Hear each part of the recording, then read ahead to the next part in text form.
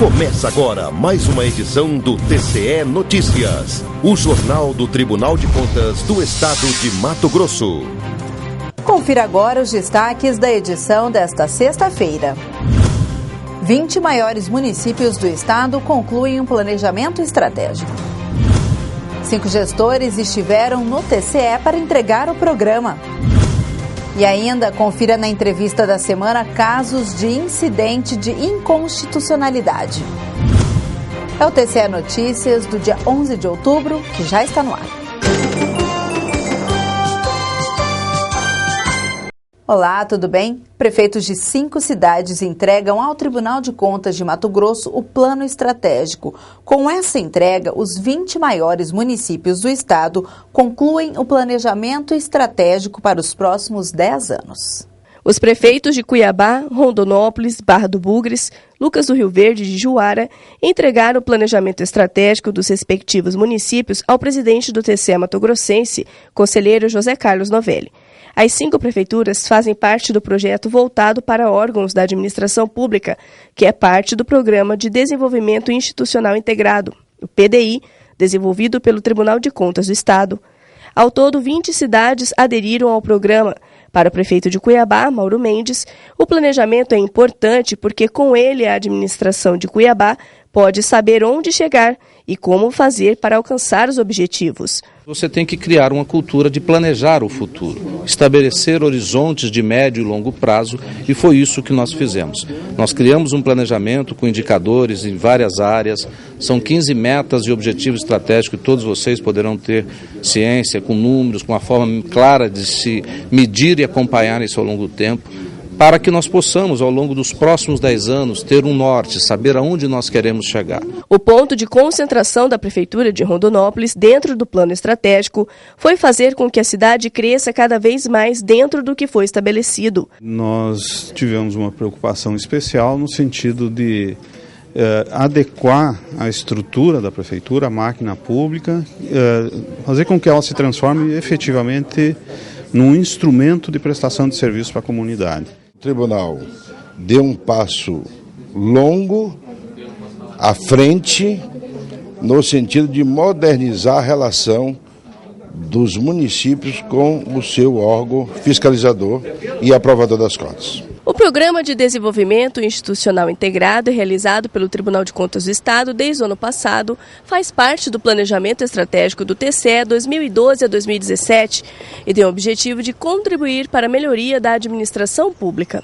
Isso é fundamental para que nós possamos melhorar a gestão pública, melhorar o gasto público e, com isso, fazer com que os municípios e também o governo do Estado preste serviços de qualidade à população mato-grossense. Os municípios que aderiram ao projeto receberam aulas pelo método de ensino à distância, participaram de reuniões de trabalho e ainda de 2 oficinas, uma sobre a criação e o funcionamento das ouvidorias, do Serviço de Informação ao Cidadão, o SIC, e do portal Transparência.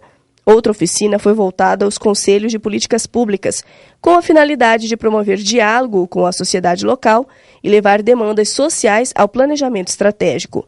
O TCE oferece ainda software e suporte técnico para todos os órgãos públicos de Mato Grosso instituírem o SIC e o portal Transparência, dando cumprimento à Lei de Acesso à Informação. Com essa entrega, os 20 municípios convidados pelo TCE para participar do projeto já concluíram os respectivos planejamentos estratégicos. Vale lembrar que fizeram parte, nesse primeiro momento, os gestores das 20 maiores cidades do estado. Nós estamos marcando uma época. E nós estamos realmente dando o primeiro passo para a consolidação da cultura do planejamento na administração pública de Mato Grosso. No quadro Entrevista da Semana de hoje, recebemos no estúdio do TCE Notícias o conselheiro substituto Moisés Maciel para falar sobre alguns casos de incidente de inconstitucionalidade julgados na sessão plenária desta semana. O Tribunal de Contas de Mato Grosso identificou durante esta semana, em sessão plenária, incidente de inconstitucionalidade durante a apreciação de algumas contas das câmaras legislativas do Estado. Conselheiro, o que seria incidente de inconstitucionalidade? Incidente de inconstitucionalidade é um pressuposto processual na análise da prestação das contas das câmaras municipais. E nesse caso, o incidente de inconstitucionalidade, ele vai analisar toda e qualquer violação de norma municipal em face à Constituição Federal. E nesse caso concreto, nós analisamos a questão dos subsídios dos presidentes do Legislativo Municipal. Eles estavam recebendo valores acima do previsto na Constituição.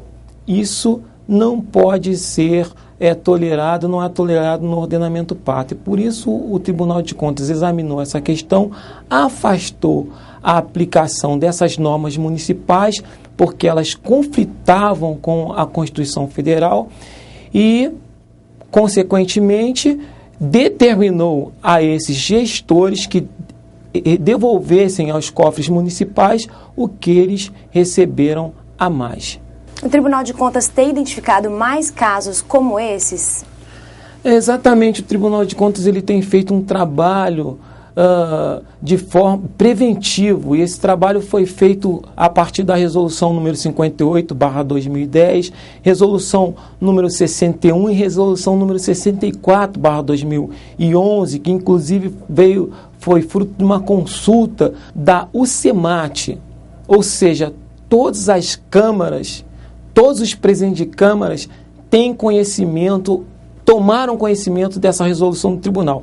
E o que essa resolução fez? De forma muito ampla, de uma forma muito moderna, ela modulou os efeitos de uma provável decisão de análise incidental de constitucionalidade de norma municipal em relação à questão de violação do artigo 29, inciso 6 da Constituição, no que consiste ao subsídio dos chefes do Poder Legislativo Municipal. Conselheiro, então o Tribunal de Contas tem orientado os gestores quanto a esse assunto?